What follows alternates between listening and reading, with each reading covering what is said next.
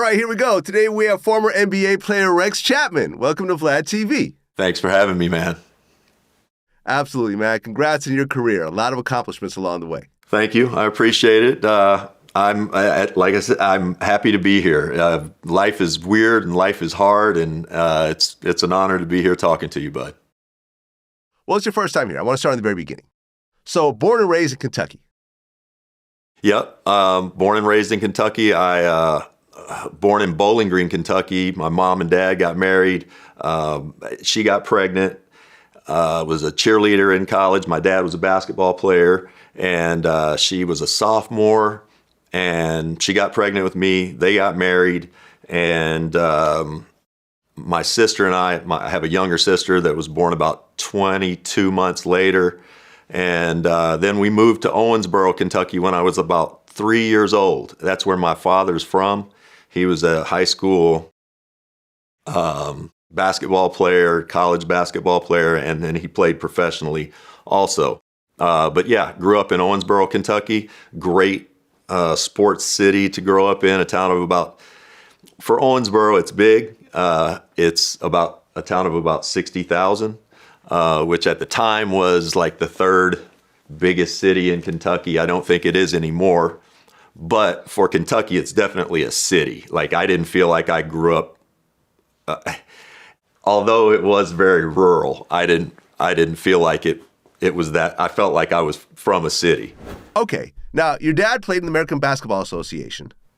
Yes. Now, during that time, was that before the NBA, or like what exactly? It was before before the ABA and NBA merged. Right before they did. So it would have been like, I'm making this up, but like 70, 71, 72.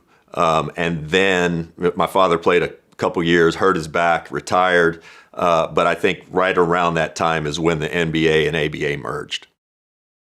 Right. And he became a coach. Yep. He was a coach he was my dad, and I know he played. He had played, but I really just knew him, as a coach. So I knew everybody in my town knew him.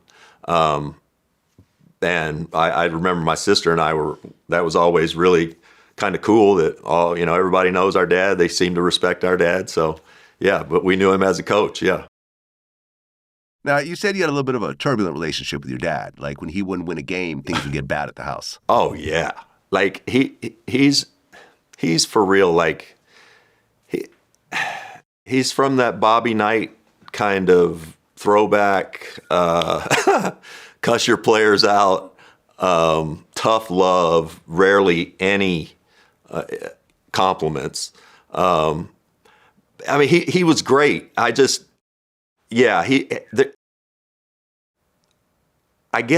I became kind of confused when I was about 15 years old because I was better than most everybody in our area. But he was recruiting other guys he coached in college at this point, and he was recruiting other guys in our area to go play for him. And one day I just asked him, why aren't you recruiting me? And he said, he looked at me weird and he said, well, you may be too good to go to Kentucky Wesleyan. Well, that just turned my world upside down. I had no idea he thought I was that good. But of course, the next week he might be saying, can I cuss on here? Yeah, go ahead. The next week he might say, after one of my games, you couldn't fucking play for me at Kentucky Wesleyan. So it was, I was constantly confused, but I think that was kind of a good thing because he knew that it was going to get tougher for me when I played against tougher competition in college and whatnot. And I was a very kind of a nice kid. My mom's very nice and sweet, and we all raise our kids to be that way. I know we did with our 4 children. You can't really be that and be a really good basketball player or a professional or really play seriously in college if you're just so nice you won't fight somebody from time to time. And I think my dad kind of saw that, and he needed to kind of pull that out of me. So in many ways, I'm very appreciative for it. They weren't always the most fun lessons to learn, though. Okay, so with your dad being a college coach, did you pick up a basketball as a baby, pretty much? Or? Yes, I don't remember ever not dribbling a basketball. Like as soon as I could, 2, 3, 4 years old, I could, I was dribbling. And then my dad coached in high school when I was really little, and I would go to all his practices and stuff after school. And I'm sure I tried to emulate those guys doing whatever they did. And I say in the book, that the book memoir that I'd written, that I could probably dribble between my legs and behind my back, and before I knew that was hard. And so I had an advantage. You kind of grow up around your parents, and you kind of know what they know. You absorb what they absorb, and I tried to absorb every bit of basketball knowledge my dad had. Okay, so you get to high school, which is Apollo High School. Yep. And you become a star basketball player over there. Yeah. I was always really advanced in basketball. Like I could play with kids several grades ahead. And by the time I was in 6th, 7th grade, I could play with, in men's leagues and stuff. So I was always advanced, but then when I got to like 8th grade and 9th grade, everybody had reached puberty. I hadn't, and I was small. I hadn't really grown. I was about 5'7", 5'8" as a freshman in high school. But I was athletic. Over that summer, over 3 months, I grew 6 inches, and so I always had kind of the ball handling and passing ability of a smaller guard, but I grew. And then my dad was really athletic, apparently, and I was always very coordinated, very athletic. But once I grew, it was like the athleticism just kind of blossomed, and I think that it helped me basketball wise, but I think it stood out. I didn't plan on that happening. I'm glad it did.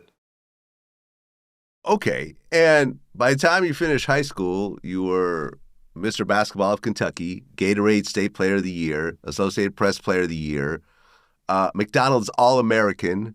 Radio host Matt Jones said you were the biggest high school basketball player that ever came from the state. Later on, you were inducted into the Kentucky High School Basketball Hall of Fame. Now, going to the McDonald's All-American, that pretty much guaranteed an NBA position later on.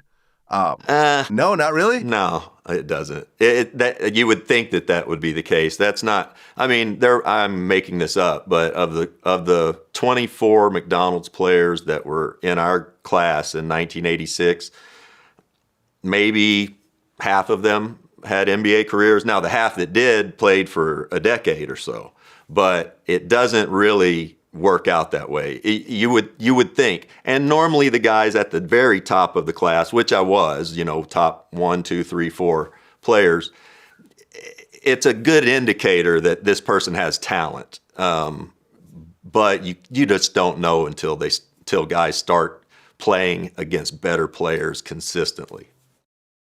Like, who are some of the standouts in your McDonald's All-American in team? my class? Well, there was always a debate whether myself, Terry Mills, or J.R. Reed were the best player in the class. Excuse me. The truth is, none of us were. Derek Coleman was the best player in the class. The rest of us, I think we came out early from college. Derek stayed 4 years and ended up being the number 1 pick in the draft when he did come out.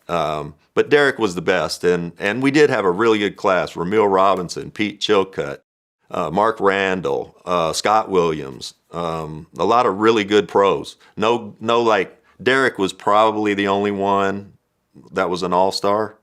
But yeah, I mean, it's a good indicator, but doesn't always work out that way.